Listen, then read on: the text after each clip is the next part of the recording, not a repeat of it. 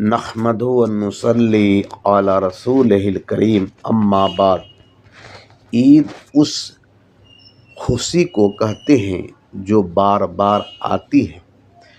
شرعی عید صرف دو ہے، عید الفطر اور عید الاضحیٰ، جس کا منانا واجب ہے۔ اس کے منانے کے کچھ خاص احکامات ہیں۔ اس کے علاوہ جو بھی عید ہے سب لغوی یعنی عرفی ہے، جس کا کوئی خاص حکم نہیں ہے۔ کسی وقت مستحب عمل سے منایا جا سکتا ہے۔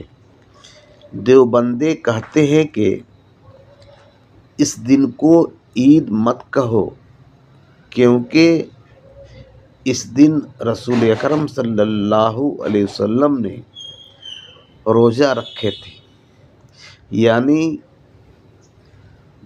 جس دن رسول اکرم صلی اللہ علیہ وسلم پیدا ہوئے تھے، اس دن یعنی پیر کے دن رسول اکرم صلی اللہ علیہ وسلم روزہ رکھتے تھے۔ اسی لیے رسول اکرم صلی اللہ علیہ وسلم کے پیدائش کے دن کو عید کا دن نہ کہا جائے۔ یہ دیو کے بندے کا دعویٰ ہے۔ روزہ والا دن عید نہیں ہوتا ہے، یہ وہ دعویٰ کرتا ہے۔